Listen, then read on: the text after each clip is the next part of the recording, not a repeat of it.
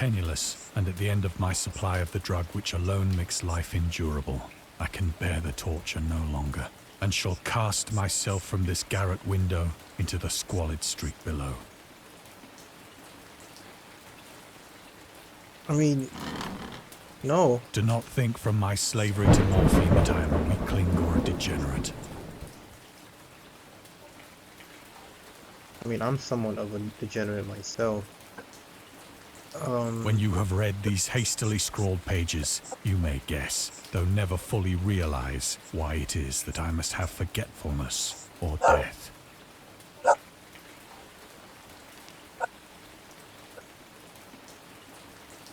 Question mark? Morphine. Morphine entered into use in the 19th century. It was routinely administered to treat severe pains in Civil War and World War I. It was also sold without restrictions until 1914.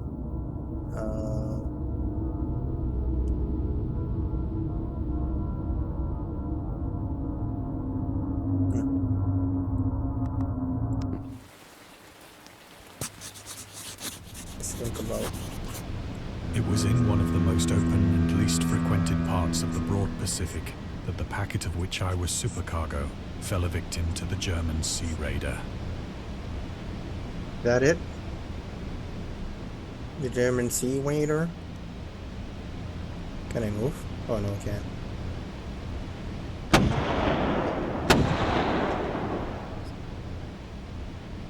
The Great War was then at its very beginning, and the ocean forces of the Hun had not completely sunk to their later degradation. So that our vessel was made a legitimate prize, whilst we of her crew were treated with all the fairness and consideration due us as naval prisoners. Mm-hmm.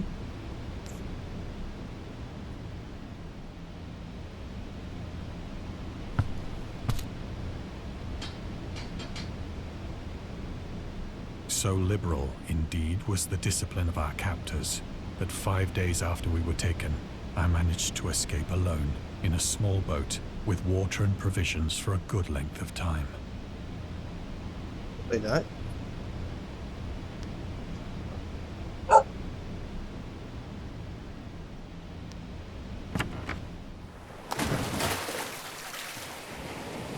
When I finally found myself adrift and free, I had but little idea of my surroundings. Was that a shark? Oh no. Okay. Is this where I see CTHULHU? Never a competent navigator, I could only guess vaguely by the sun and stars that I was somewhat south of the equator. Of the longitude, I knew nothing, and no island or coastline was in sight.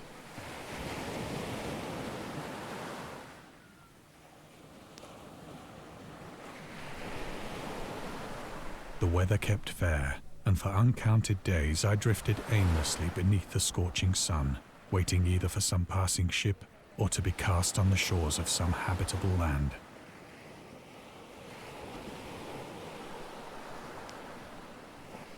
Are the things good would have?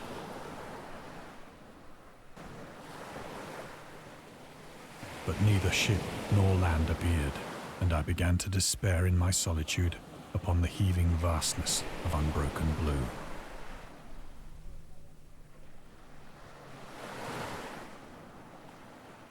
The change happened whilst I slept. Oh. Its details I shall never know. For my slumber, though troubled and dream-infested, was continuous. Oh. Yep. Tentacles everywhere.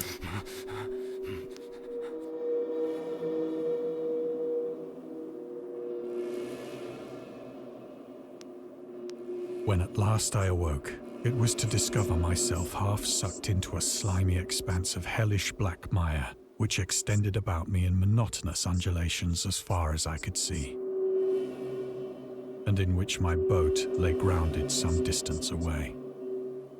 Though one might well imagine that my first sensation would be of wonder at so prodigious and unexpected a transformation of scenery, I was in reality more horrified than astonished. For there was in the air, and in the rotting soil, a sinister quality which chilled me to the very core. The region was putrid with the carcasses of decaying fish, and of other, less describable things which I saw protruding from the nasty mud of the unending plain. Perhaps I should not hope to convey in mere words the unutterable hideousness that can dwell in absolute silence and barren immensity. There was nothing within hearing, and nothing in sight, save a vast reach of black slime. Yet the very completeness of the stillness and the homogeneity of the landscape oppressed me with a nauseating fear. The sun was blazing down from a sky which seemed to me almost black in its cloudless cruelty, as though reflecting the inky marsh beneath my feet.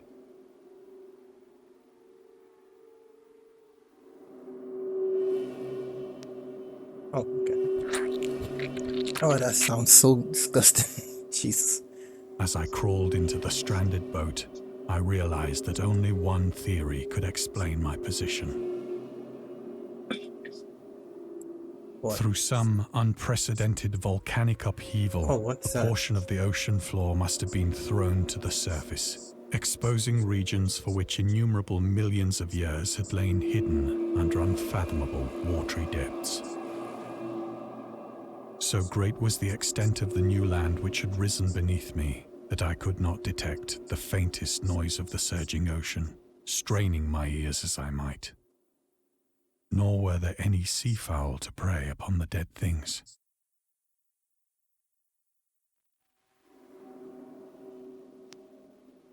Fish.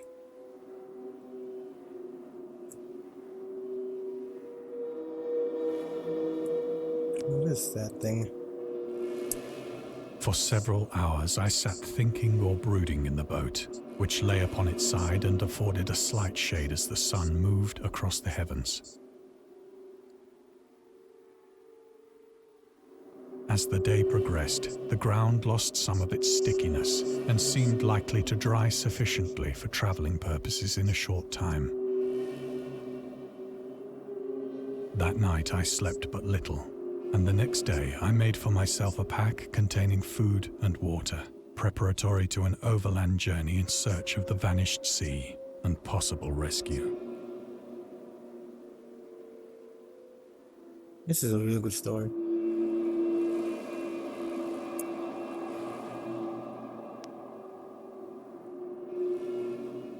Is there nothing else I can click? On the third morning, I found the soil dry enough to walk upon with ease. The odor of the fish was maddening, but I was too much concerned with graver things to mind so slight an evil, and set out boldly for an unknown goal.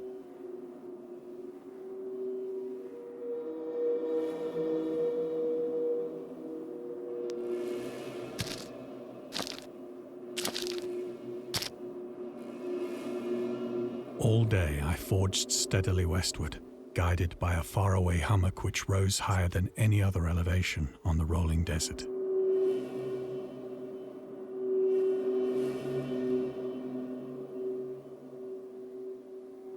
What is that? It looks like a grabby thing. No claws and all the shit.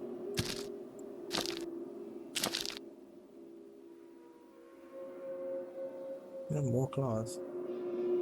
Is that a whale?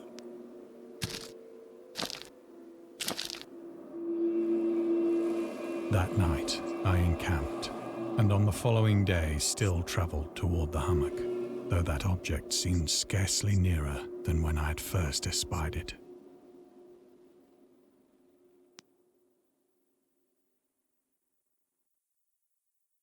Tentacles all over this one.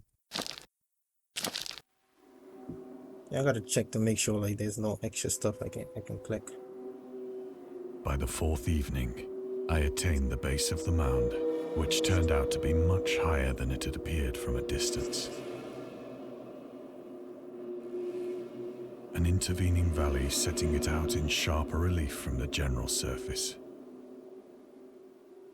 Too weary to ascend, I slept in the shadow of the hill.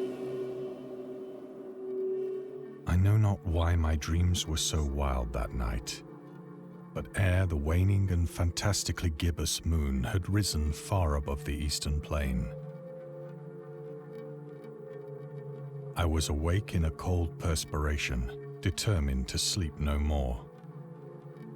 Such visions as I had experienced were too much for me to endure again, and in the glow of the moon I saw how unwise I had been to travel by day. Without the glare of the parching sun, my journey would have cost me less energy. Indeed, I now felt quite able to perform the ascent which had deterred me at sunset. Picking up my pack, I started for the crest of the eminence.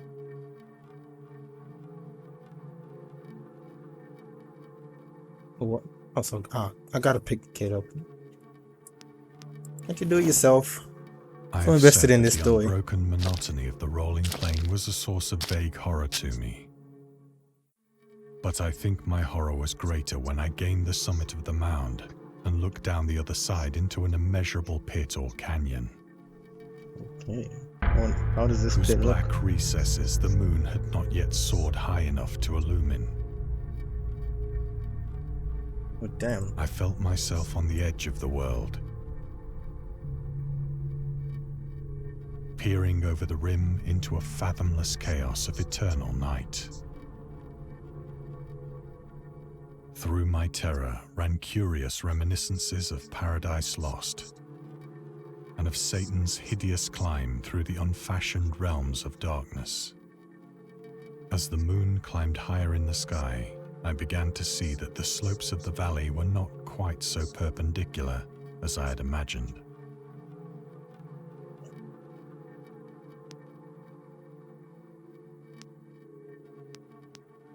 Ledges and outcroppings Why of would you go rock close afforded to it? fairly easy footholds for a descent. Do not go down the mountain, my guy. Whilst after a drop of only a few hundred feet, the declivity became very gradual. I'm gonna do it anyways, huh? Okay. Don't need to go down there. You could just sleep on the mountain. Urged on by an impulse which I cannot definitely analyze, What is that? I scrambled with difficulty down the rocks and stood on the gentler slope beneath, gazing into the Stygian deeps, where no light had yet penetrated. All at once, my attention was captured by a vast and singular object on the opposite slope, which rose steeply about 100 yards ahead of me. An object that gleamed whitely in the newly bestowed rays of the ascending moon.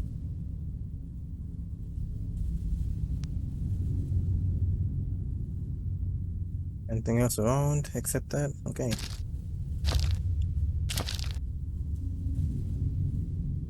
That it was merely a gigantic piece of stone, I soon assured myself. Oh, monolith. Something. I don't know. But I was conscious of a distinct impression that its contour and position were not altogether the work of nature. I mean, you think? A closer scrutiny filled me with sensations I cannot express.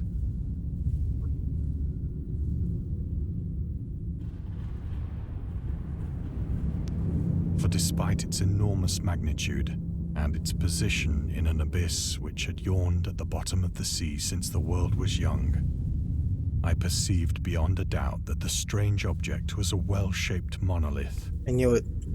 Fucking knew it. Whose massive bulk had known the workmanship and perhaps the worship of living and thinking creatures. Dazed and frightened, yet not without a certain thrill of the scientist's or archaeologist's delight, I examined my surroundings more closely.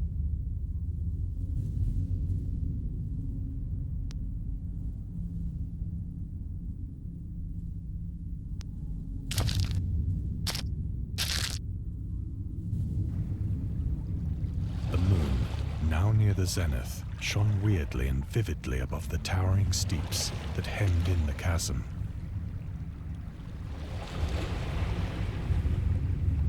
And revealed the fact that a far-flung body of water flowed at the bottom, winding out of sight in both directions and almost lapping my feet as I stood on the slope. Across the chasm, the wavelets washed the base of the Cyclopean monolith, on whose surface I could now trace both inscriptions and crude sculptures.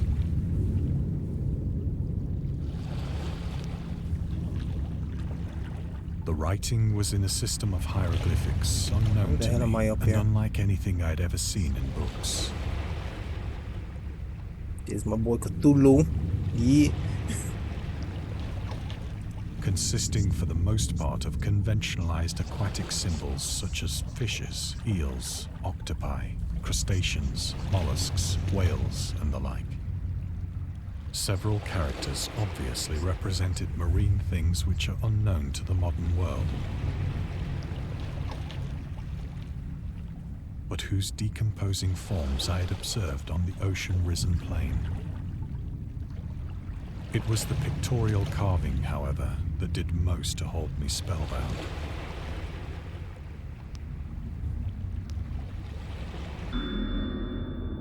Storytelling methods contains many themes. Storytelling methods that Lovecraft developed in his later work, such as telling the story through carvings and mountains of madness. The nameless cities, Charles under the Murder's London.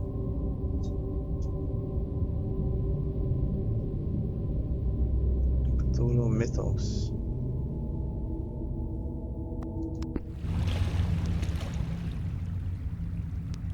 Plainly visible across the intervening water on account of their enormous size were an array of bas-reliefs whose subjects would have excited the envy of a Doré.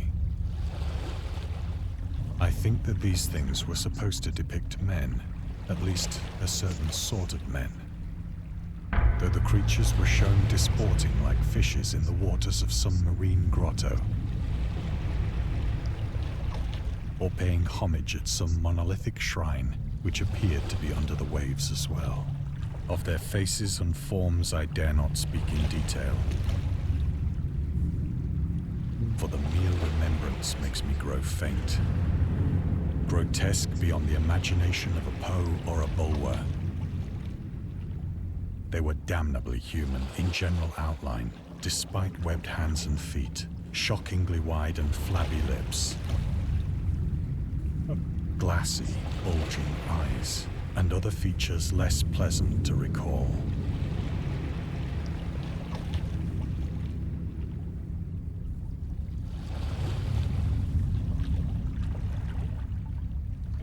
Curiously enough, they seem to have been chiseled badly out of proportion with their scenic background. For one of the creatures was shown in the act of killing a whale, represented as but little larger than himself. Wow. I remarked, as I say, their grotesqueness and strange size, but in a moment decided that they were merely the imaginary gods of some primitive fishing or seafaring tribe. Some tribe whose last descendant had perished eras before the first ancestor of the Piltdown or Neanderthal man was born.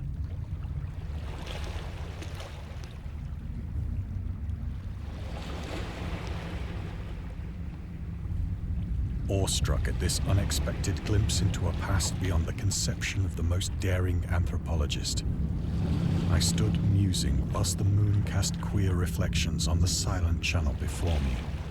Then, suddenly, I saw it. What did you see? With only a slight churning to mark its rise to the surface, the thing slid into view above the dark waters. Oh my god!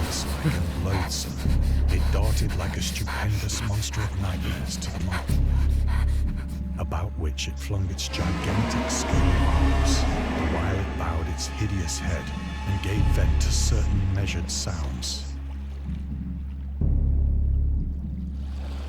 I think I went mad then. Of my frantic ascent of the slope and cliff, and of my delirious journey back to the stranded boat, I remember little.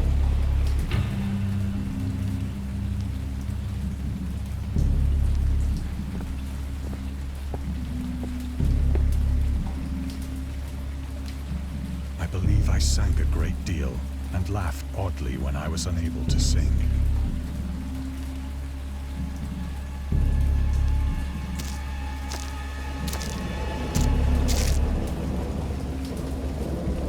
What's happening with my screen? Recollections of a great storm sometime after I reached the boat. At any rate, I know that I heard pearls of thunder and other tones which nature utters only in her wildest moods.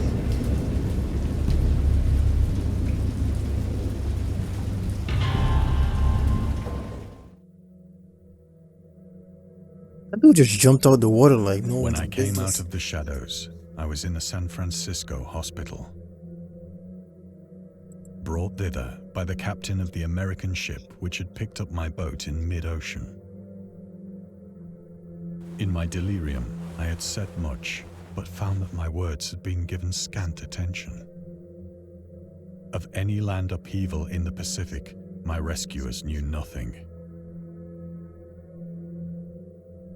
Nor did I deem it necessary to insist upon a thing which I knew they could not believe.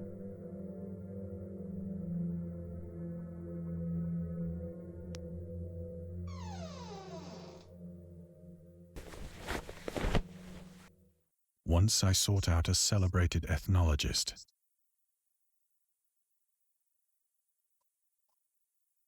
And amused him with peculiar questions regarding the ancient Philistine legend of Dagon, the fish god. Dagon. I get some Dagon.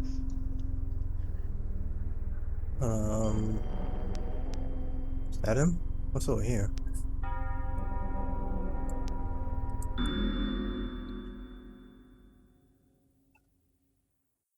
Dagon was the main deity of Church of Dead, Wonderful, Babylonian, Texas. So often mistaken for fish god due to the nation's name.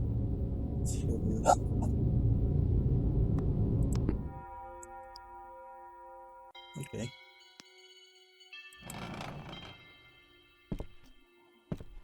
I kind of the speed read it, But soon perceiving that he was hopelessly conventional, my voice is not as... I did not press my inquiries. Yes.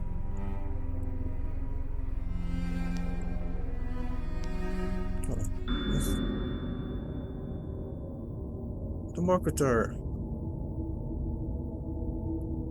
Gus attempt to find a job in 1920.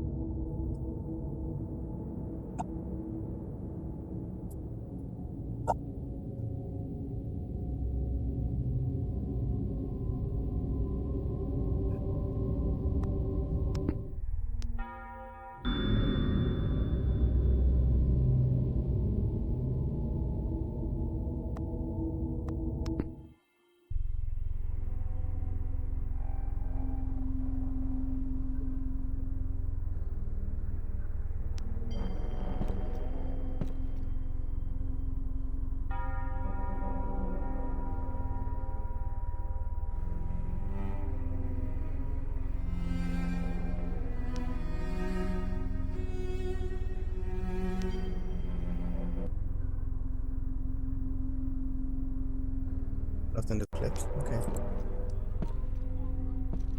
Guess we're heading out. It is at night, Hey. especially when the moon is gibbous Back and here. waning, that I see the thing. See the thing? What thing? I tried morphine, but the drug has given only transient surcease and has drawn me into its clutches as a hopeless slave. So now I am to end it all, having written a full account for the information or the contemptuous amusement of my fellow men.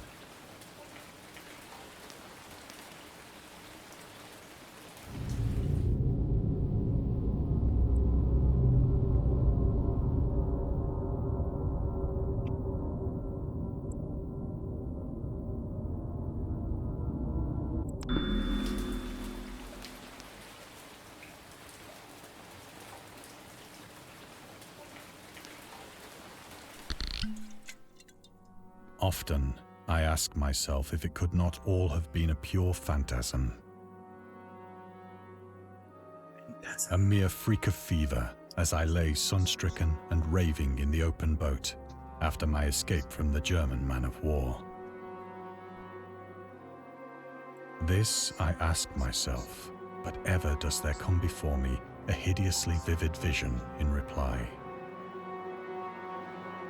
I cannot think of the deep sea without shuddering at the nameless things that may at this very moment be crawling and floundering on its slimy bed, worshipping their ancient stone idols and carving their own detestable likenesses on submarine obelisks of water-soaked granite.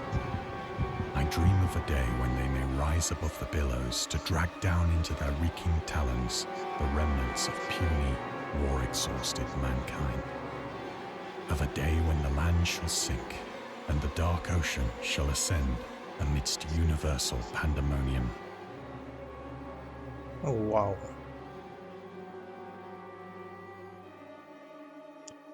Lovecraft mythos, man. Lovecraft and his stuff, man.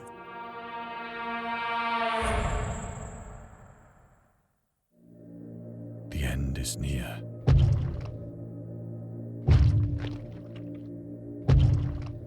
Oh, something trying to get in.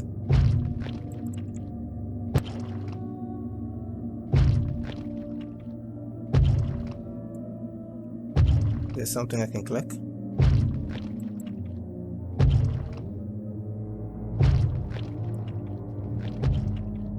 I hear a noise at the door, as of some immense slippery body lumbering against it. It shall not find me.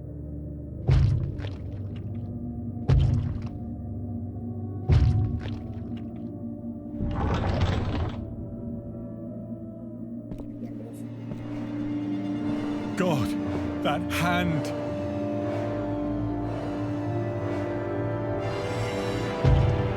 The window! The window! Sorry. Oh.